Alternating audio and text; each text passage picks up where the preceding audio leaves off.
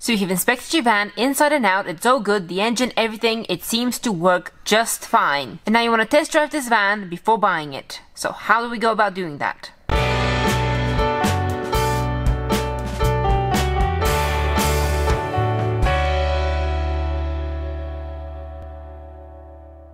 First piece of advice.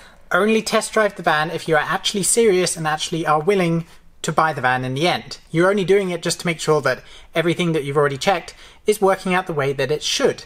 If you don't feel like you're up to buying the van, don't bother taking for a test drive because you're just going to waste your time, you're going to waste the seller's time. But if you are serious, then you need to know how to test drive the van. Now we have a checklist explaining exactly how to test drive a van. It's linked down in the description so you can go and download it for yourself for free.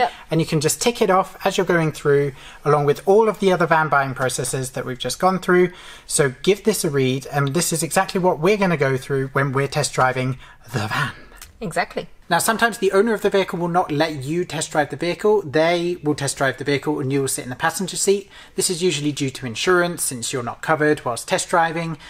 If you feel comfortable doing this, then that's fine. If you don't, then if you make that a serious condition, then that's up to you. But quite often, since you're not insured, lots of private sellers will not allow you to just test drive the vehicle on the open road, which is a bit of a bummer. But if you follow the checklist and ask them to do exactly what you would do, you can get a feel for the car just as well as they can because you're sitting in the front, you can hear things, you can see how the steering wheel is reacting, you can feel how the car's reacting, so you can still get a pretty good idea of how the car's going to react when you're driving it. All right, off we go. So as you're driving around, you're just going to be kind of feeling whether the van feels like it's all smooth. Gear changes need to be fluid. It needs to feel like it's smooth, like it's well oiled, well lubricated, well maintained. If you've ever driven a vehicle before, driving a van is not that different apart from the fact that it is a lot bigger. If there's something that doesn't feel right, chances are it's not. As well as giving the van a feel for how it feels like, you also want to be listening out in case there's any loud ticking, knocking, banging, anything again that sounds like it shouldn't be there. I mean, on some of the rough roads it is a little bit difficult to hear sometimes, but you do need to just listen out and see if anything sounds unusual, because if it does, that might be something that's indicated as wrong. And if you're not mechanically sound, then you can make a note of it and get a mechanic to check it out. A van's engine is not that quiet. It does roar a lot, it has to pull a lot of weight, so it will make more noise than a normal car engine, but it shouldn't make an excessive amount of noise. You'll hear it when you put your foot down, but it won't make that much noise.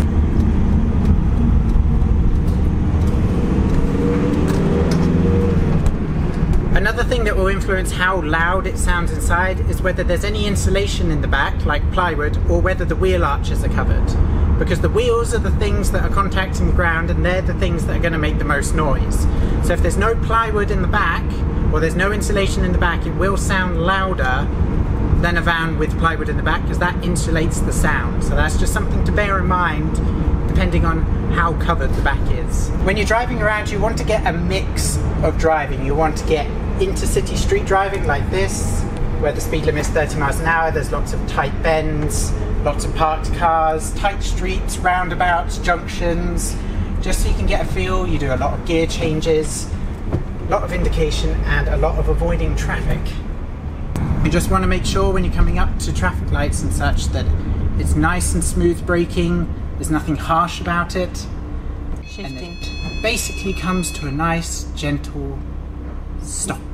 When we're idle, the rev counter is staying stable, it's not revving all up all over the place, and it's just staying nice and level, nice and smooth, and you can hear the engine just ticking over, just as per normal. As you're driving around, you want to make sure that the gears are moving nice and smoothly. If you have an automatic, just listen out to whether the gear changes are smooth. If you have a manual, make sure that the gear stick moves fluidly, the clutch is not too heavy, the bite on the clutch is alright. And when you're coming for a slowdown, make sure you use the gears to slow you down and making sure the car brings you to the stop.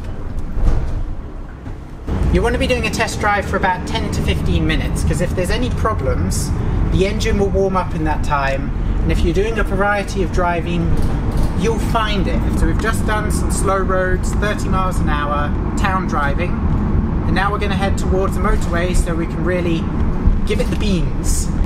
When you're test driving someone else's car, just be remembered that this is not your vehicle. You don't know the vehicle.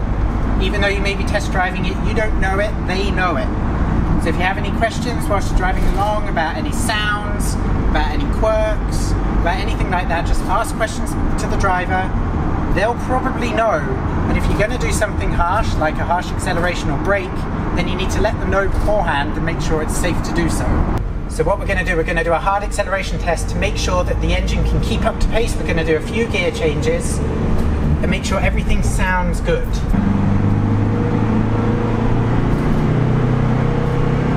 All the way up to 17 in 6th gear, nice and smooth along the way, there was no rattling, nothing out of the ordinary, feels smooth, didn't jolt or jerk, and it gently accelerated all the way up. You're driving it how you would normally drive it. You're not driving it crazily, you're just driving it as though that it's your vehicle and this is what you would do on a daily basis, because let's face it, that's exactly what you're going to do. So that's how you need to test it. But there are certain aspects where you do need to go out of your way to make sure that it's okay, like the hard acceleration test. And pretty soon when we're in a secluded area, we're going to do a hard braking test. So we've got a nice dead end here, so we're going to go very slowly. And what we're going to do is we're going to put it on full lock and make sure there's no clicking or no unusual noises or no pulling. So here we go. I'm going to accelerate around. Go very slowly. On the full lock. There we are. I'm just going to gently pop it round. No knocking, no groaning. There we are. And then all the way on the other one to full lock. That's as far as it goes. There's no groaning or squeaking or croaking or cracking, which is a good sign that the suspension and the wheel arches and all those components are in good shape and there's nothing wearing out. Now what we're going to do, there's a nice secluded road down here, so what we're going to do is we're going to do a hard braking test. So we're going to get up to about 20 miles an hour, and then if there's no one around us, we're going to put the brakes on and see if everything comes to a stop. There we go. So there's no one behind us, we'll get up to 20, and brakes on. There we are. You only need to do it once. Let them know before you do it, and then gently set off. Oh, this was traumatizing. Filming while he...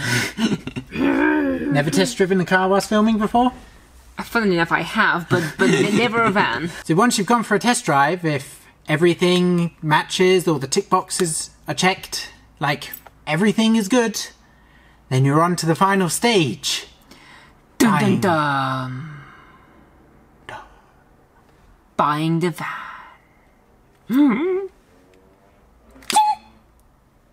If you want to know how to talk about the price with the seller, and you actually want to know how to go ahead and purchase a used vehicle from a private seller or so on and so on, then do subscribe, because that video is coming out in a few days' time. Go to our website for our new merch, join us on Patreon for exclusive discounts and content, and don't forget to subscribe and hit that bell notification icon so you never miss a video. See you later, peeps. Okay. Do you want to test drive it now? No. No. I don't.